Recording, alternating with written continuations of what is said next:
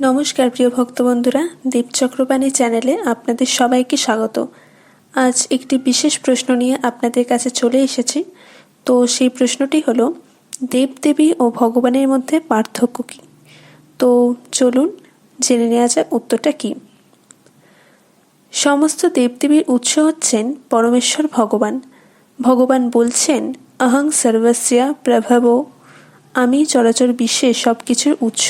ভগবান উল্লেখ করেছেন, প্রজাপতিং চ রুদ্রং চাপ্যহমেব সৃজামি বৈ তৌ হি মাং ন বিজানিতো মম মায়া বিমোহিতৌ।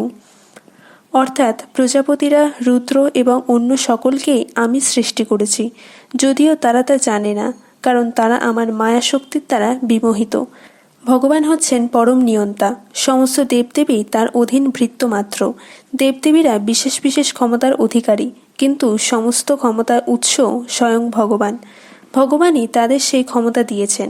দেবদেবীরা প্রত্যেকেই ভগবানের কৃপার ওপর নির্ভরশীল। প্রজাপতি ব্রহ্মা, মহাদেব শিব সর্বদাই ভগবান শ্রীহরি আরাধনা করেন। জন্ম মৃত্যুর ভবচক্র থেকে চিরমুক্তি একমাত্র ভগবানই দিতে পারেন, কোনো দেবদেবী তা দিতে পারেন না। জড় অনিত্য বস্তু লাভের উদ্দেশ্যে লোকে দেবদেবীর আরাধনা করেন। শ্রী অর্জুনকে ভগবান বলছেন, সর্বধর্মান পরিত্যাজ্য মামেকাং শরণং ব্রজ, সব রকম ধর্ম বাদ দিয়ে একমাত্র আমার শরণাপন্ন হও। ভগবান আরও বলেছেন, কর্মৈস্তৈস্তৈর্হৃত জ্ঞানঃ প্রপদ্যন্তা হন্যা দেবতাঃ, যাদের মন জড় কামনা বাসনার দ্বারা বিকৃত হয়ে গিয়েছে তারাই অন্য দেবদেবীর শরণাপন্ন হয়। শ্রী পদ্মপুরাণে বলা হয়েছে, যদি কেউ পরমেশ্বর ভগবান শ্রীকৃষ্ণকে দেবদেবীর সমান বলে মনে করে, এমনকি ভগবানকে যদি ব্রহ্মা, শিব, দুর্গা, কালী ইত্যাদি মহামহা দেবদেবীদের সমান বলে মনে করে, তাহলে তখনই সে একজন ভগবত বিদ্বেষী মহানাস্তিকে পরিণত হয়। পুরাকালে রাজর্ষি খট্টাঙ্গ ছিলেন ৩৩ কোটি দেবতার উপাসক। তিনি সমস্ত দেবতার প্রিয় পাত্র ছিলেন। দেবতাদের পরে খট্টাঙ্গ মহারাজকে কেউই যুদ্ধে পরাস্ত করতে পারত না। একদিন দেবতাগণ তাকে কোনো বর প্রার্থনা করতে বললে খট্টাঙ্গ মহারাজ তার আয়ুষ্কাল কত তা আগে জানতে চাইলেন।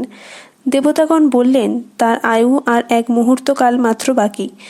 তখন তিনি আর কালক্ষেপ না করেই দেবতাদের দেওয়া বিমানযোগে আপন রাজধানীতে ফিরে গিয়ে পরমেশ্বর ভগবানের আরাধনায় সর্বতোভাবে মনোনিবেশ করলেন। কারণ তিনি বুঝেছিলেন যে দেবতারা তার জড় কামনা পূরণ করবেন বটে, কিন্তু তাতে কোনো নিত্য মঙ্গল লাভ নেই। আসল কাম্য হচ্ছেন ভগবান শ্রীহরি। শ্রীমদ্ ভাগবতে দেখা যায়, দৈত্যদের দ্বারা বিপন্ন সমস্ত দেবতাদের মঙ্গল বিধানের উদ্দেশ্যে দেবমাতা অদিতিকে তার প্রতি মহর্ষি কশ্যপ পরমেশ্বর ভগবান শ্রীহরির ভজনা করতে নির্দেশ দিচ্ছেন। শ্রীমদ্ ভগবদ্গীতায় বলা হয়েছে, দেবতার উপাসকগণ স্বর্গলোকে উন্নীত হতে পারেন, অনিত্য স্বর্গসুখ ভোগ করতে পারেন, কিন্তু যারা ভগবানের ভক্ত তারা চিন্ময় জগৎ অর্থাৎ বৈকুণ্ঠে বা গোলকধামে নিত্যগতি লাভ করতে পারেন। প্রত্যেক জীব ভগবানের নিত্যদাস। জীবের স্বরূপ হয় নিত্য কৃষ্ণদাস।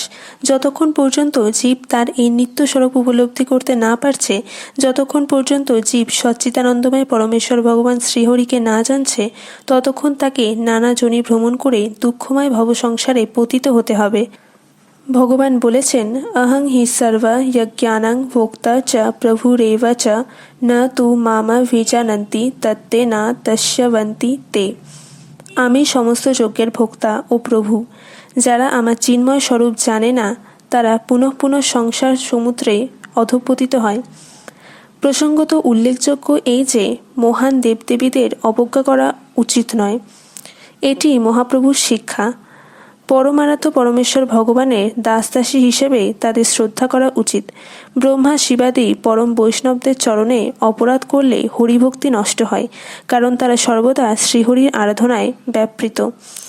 সর্বব্যাপী সর্বান্তর্যামী পরমেশ্বর ভগবানকে প্রতিনিয়ত কায় মনোবাক্যে আরাধনা করাই ভক্তের লক্ষণ।